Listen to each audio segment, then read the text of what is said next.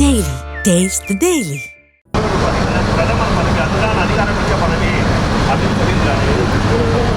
முதல்ல அவர் அவருக்கு தைரியம் இருந்தால் ஸ்டாலின்கிட்ட அவருக்கு ஒரு துணை முதலமைச்சர் கேட்க முடியுமான்னு கேட்கலுங்க.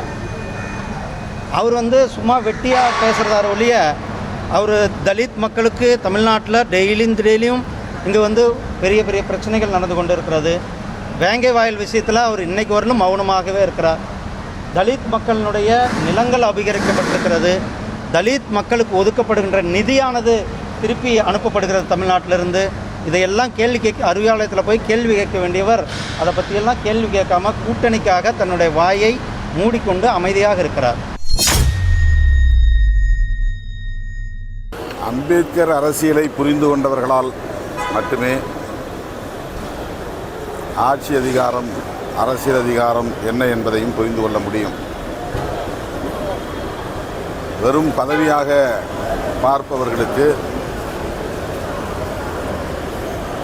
துணை முதல்வர், முதல்வர், பிரதமர் என்ற பதவிகளை அடைவதற்கு என்னென்ன குறுக்கு வழி இருக்கிறதோ அதை பற்றி சிந்திப்பார்கள். புரட்சியாளர் அம்பேத்கர் அவர்கள் தேசிய அளவிலான பார்வை கொண்டவர்.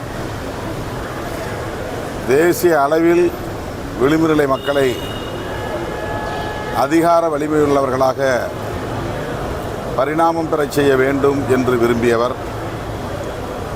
ஆகவே அவர் விரும்பிய அதிகாரம் என்பது டெல்லியிலே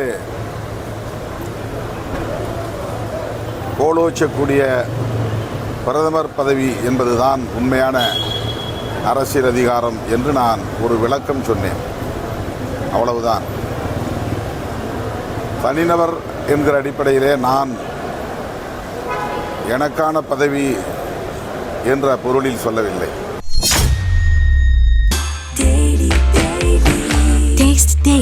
Taste the Daily.